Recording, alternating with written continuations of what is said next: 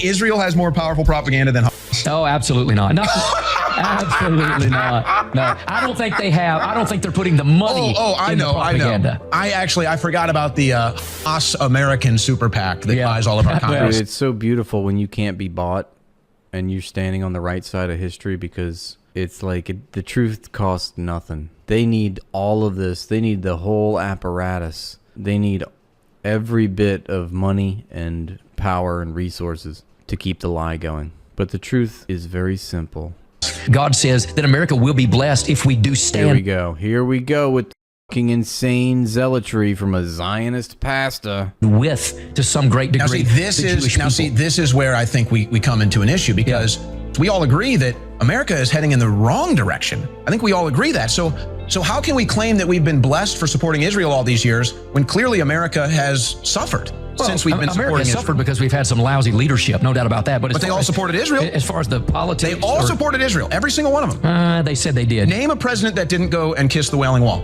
Joe Biden was not very friendly towards the Jewish people. He would have done everything he could. That wasn't the question. What's that? Name a president that didn't kiss the Wailing Wall. Oh, I have no idea on who did or did not kiss the Wailing Wall. JFK. Only one. Okay. That's what I just made a video sketch on. That's funny. We all know what happened.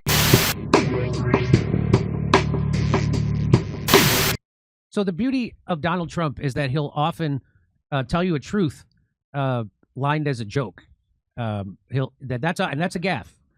Well, first of all, you remember when Donald Trump tweeted this out? Sheldon Adelson is looking to give big dollars to Marco Rubio because he feels he can mold him into his perfect little puppet. I agree. When was this? That was from October 13th, 2015, when Trump was running against Marco Rubio for the Republican nomination, and he said that Sheldon Adelson was giving all this money to Marco Rubio so he could be his puppet. Well, now Sheldon Adelson is dead, but his widow is still alive, and she gave Trump $200 million. So now he's the puppet, right? First of all, I guess that's the reason why Rubio looks like he just got fisted. But anyway, Trump looks like he just got fisted. So listen to this, and we'll talk about it at the end.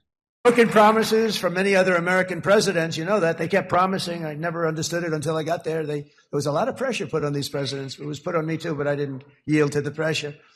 But every president for decades said, we're going to do it. The difference is I kept my promise and officially recognized the capital of Israel and moved the American embassy to Jerusalem. He's pointing at his donor. He's pointing at Miriam Adelson. I did it for your money. Isn't that right, Miriam? Yeah. Look at Miriam. She's back there. Stand up, Miriam. Stand up. So this is the president of the United States of Israel describing how he does not want the world to know about his time on the island. I hope that's what it is, Jimmy. I hope he's not just protecting Israel. He didn't even engage in that, because that's worse. Because that would be worse. It's for money. Here we go.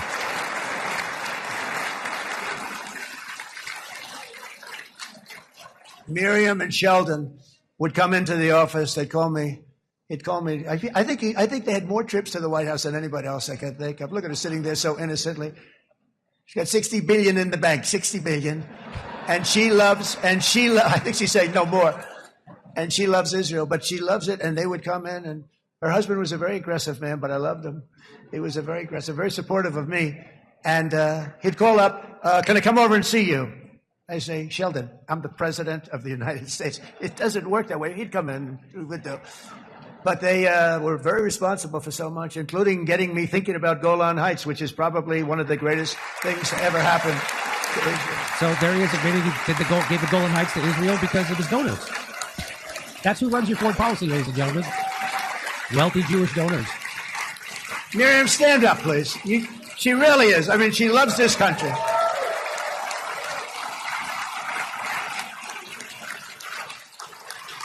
And by this country, he means Israel. She loves this country. Her and her husband are so incredible. We miss him so dearly. But I actually asked her, I'm going to get her in trouble with this, but I actually asked her once, I said, so Miriam, I know you love Israel. What do you love more, the United States or Israel? She refused to answer. That might mean Israel, I must say. Whoa! Wait a minute. He's violating so many rules set forth by the ADL. First of all, that's anti-Semitic to say that someone has a loyalty and loves Israel more than their own country. That is legit anti-Semitism as we understand it. But what I think with Donald Trump, you know how Trump has a sneaky way of giving compliments while letting the cat out of the bag at the same time and revealing who the real manipulators are? I think that's what he's doing there. I think, Clearly. Yeah. Yeah. You can say he's crass and unsophisticated, but if you say he's stupid, that's only because you're stupid, because that's what that sounds like. And by the way, what does crass mean? It means you blurt out the truth like an asshole. Yeah, so that's what it means. He's saying his top donor, Miriam Adelson, loves Israel more than the United States. Now, wait, Jimmy, let me just point out, in that documentary about Bilbo Not a Jew, she's disgusted by the Netanyahu's corruption. Miriam Adelson, you can see her being interviewed by authorities, and she is aghast at how corrupt the Netanyahus are. That bitch. So this comes directly from the IHRA, which is the International Holocaust Remembrance Association, accusing Jewish citizens of being more loyal to Israel or to the alleged priorities of Jews worldwide than to the interest of their own nations. That is considered anti-Semitic. And Glenn Greenwald, Jonathan Pollard, the spy. Glenn Greenwald, he points this out. One irony of Trump's strong insinuation today about Miriam Adelson, that she loves Israel more than the United States, is a statement that is prohibited and subject to punishment as anti-Semitism under the expanded IHRA hate speech rules that Trump forced American universities to adopt. Isn't that wild? Yeah. I get why she's like that. Why is Mike Johnson like that? Here is right. So here is from the IHRA, which is the International Holocaust Remembrance Association. This is the list of stuff they say is anti-Semitic. Contemporary examples of anti-Semitism in public life, the media, schools, and workplace, and the religious sphere could, taking into account the overall context, could include, but are not limited to, calling for, aiding, or justifying the killing or harming of Jews in the name of a radical ideology or an extremist view of religion. So that means if you side with Palestinians, that is anti-Semitic. Even though Palestinians are legit Semites. Making mendacious, dehumanizing, demonizing, or stereotypical allegations about Jews as such, or the power of Jews as collective, such as especially, but not exclusively, the myth about a world Jewish conspiracy or of Jews controlling the media. It's getting harder and harder to say that's anti-Semitic when a Zionist Jew just bought TikTok and 1/6 of all the media in the United States. I know Barry Weiss is not that good of a journalist that she would be put in charge of CBS. I met her personally. I've spoken to her. Doesn't seem like somebody who would be put, seems like a silly rich girl, and I'm being charitable to say that. You can't say that a world Jewish conspiracy or Jews controlling the media, economy, government, or other society institutions. Well, certainly the Israel lobby controls our government. They brag about it. They brag that they win 96% of the elections. They brag about it. What do you so people are seeing through this, right? So that's why calling someone an anti-Semite doesn't have any sting anymore. People wear it as a badge of honor. Accusing Jews as a people of being responsible for real or imagined wrongdoing committed by a single Jewish person or group, or even for acts committed by non-Jews. Denying that's weird, because Hamas, you know. Because what? Because Hamas, you know, you can kill all the Palestinian kids because of Hamas, right? It's unfortunate. It's just war, right? So, yeah, so when they say real or imagined wrongdoing, like all those videos coming out of Gaza, they were just the imagination of a cell phone? So was it pretty safe to assume that it's illegal to accuse them of anything they are actually doing? Because nobody puts this much work into stopping a lie. That's never happened all through history. Yeah, that's true. That's a good point. That's right.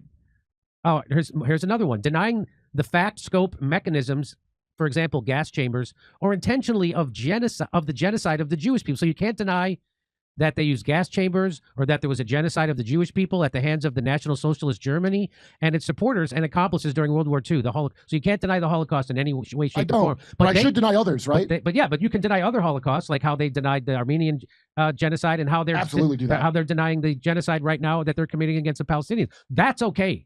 No genocide as defined by Jews, which is a definition I agree with. That's right.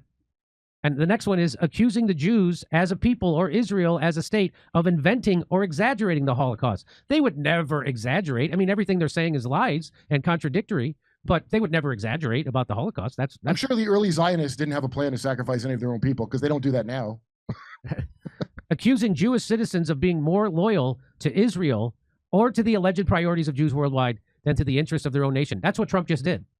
I'm accusing Larry Ellison of that right now on your show, Jimmy. Okay. I mean, he clearly is doing that. He says it out loud. He says they admit this. The reason why they had to take over TikTok was so they could control the narrative for Israel and Zionism. Because that works. Again, this is all backfiring. They're so bad at this PR thing. So I just give a piece of advice. Try being more pushy about it. Yeah, try being more pushy. Applying double standards by requiring of it a behavior not expected or demanded of any other democratic nation. So they're saying they're holding Israel to a higher. So you can't hold Israel to a higher standard. Even though they're chosen, people, whatever the fuck that's supposed to mean at this point. Hey, don't hold them to a chosen standard. No, I don't hold a double standard, Kurt. I of course also oppose the terrible Canadian genocide as well, where those treacherous Canucks are wiping out American jobs for comedy writers on sitcoms. I condemn America. So no, I'm not double standard. I've never voted or believed in democracy here.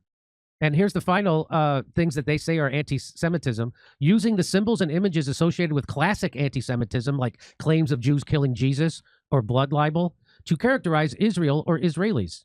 Well, they're blowing up them churches now, though. I mean, hey, the Jesus thing I can forgive because that was the whole plan. Then he dies.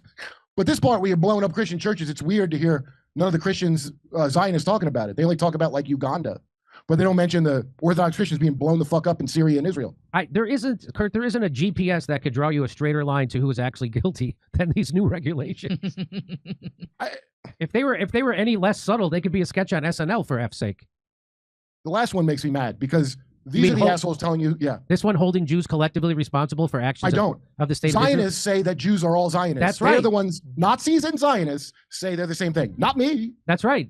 Guess who conflates Zionism with all Jewish people? Zionists and Nazis.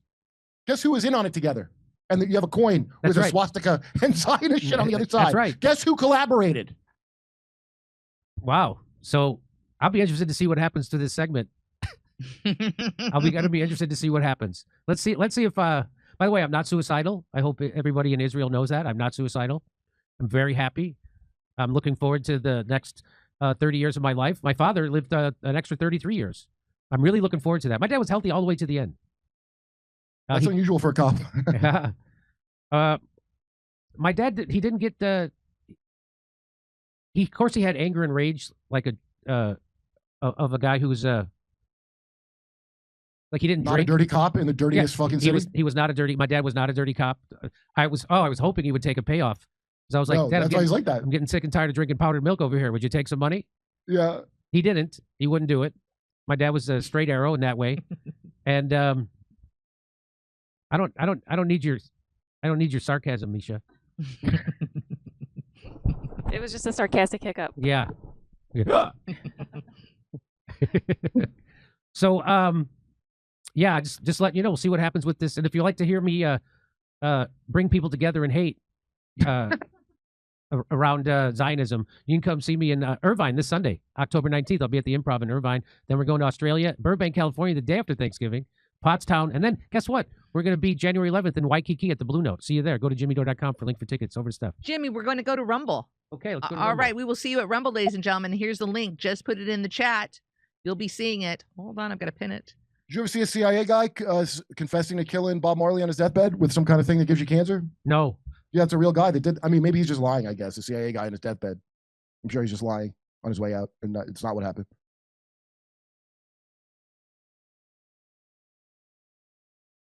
Looking for a natural way to promote and maintain your liver health? I found a clinically supported, potent, and effective solution, and I can't wait to share it with you. It's called Dose. Dose for Your Liver was formulated to cleanse your liver of unwanted elements, aid digestion, and maintain your body's filter. Why does this matter? Well, your liver is the second largest organ in your body, and it's mine's the third, and responsible for over 500 functions. It acts as your body's filter, flushing out unwanted elements and breaking down what you consume into essential nutrients. In a double-blind, placebo-controlled clinical trial, Dose for Your Liver lowered liver enzyme levels by 50% in over 86% of the participants. Just one dose for your liver is equivalent to 17 shots of turmeric juice, but it's so delicious, you'll want to have more, and believe me, it's delicious. Save 25% on your first month of subscription by going to dosedaily.co/Jimmy or entering Jimmy at checkout. That's DOSEDAILY.co/Jimmy for 25% off your first month subscription.